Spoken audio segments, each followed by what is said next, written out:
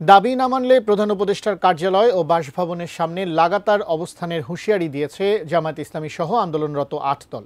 নভেম্বরের মধ্যেই গণভোট আয়োজন সহ ৫ দফা দাবি মানা না হলে রোববার থেকে এই কর্মসূচি ঘোষণা করবে দলগুলো। দুপুরে এক যৌথ সংবাদ সম্মেলনে আন্দোলনের নতুন কর্মসূচি ঘোষণা করেন তারা। জামায়াতে ইসলামী সহ ৫ দফা দাবিতে আন্দোলনরত ৮ দলীয় রাজনৈতিক জোটের নতুন কর্মসূচি ঘোষণা করতেই রাজধানীর মগবাজার আলফালা মিলনায়তনে এই সংবাদ সম্মেলন। এতে জাতীয় নির্বাচনের আগেই গণভোট ও জুলাই জাতীয় সনদ বাস্তবায়নের আদেশ জারি সহ সুনির্দিষ্ট ৫টি দাবি মেনে নিতে সরকারকে সময় বেঁধে দেন ৮ দলের নেতারা। ১৬ নভেম্বর রবিবার সংবাদ সম্মেলনে জামায়াতে ইসলামের নায়েবে আমির অধ্যাপক মুজিবুর রহমান জানান, বৃহস্পতিবার আওয়ামী লীগের কর্মসূচি মোকাবেলায় রাজপথে থাকবে ৮ দল। ১৪ নভেম্বর শুক্রবার জুলাই সনদ বাস্তবায়নের দাবিতে জেলা ও মহানগর পর্যায়ে বিক্ষোভ মিছিল এবং ১৬ নভেম্বর নতুন কর্মসূচি ঘোষণা করা হবে বলেও জানান তিনি।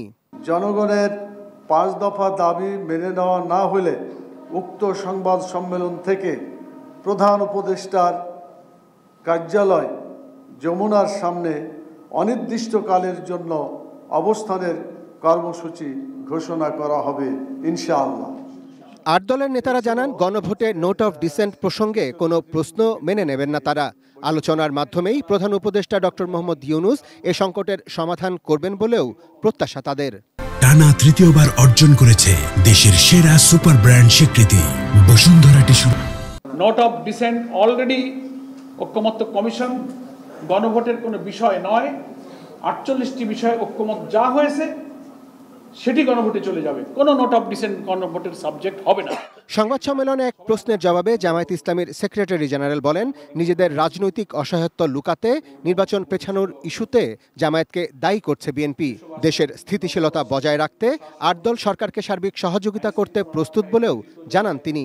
রমজানের আগে নির্বাচনের দাবি প্রথম আমরাই করেছি সর্বপ্রথম।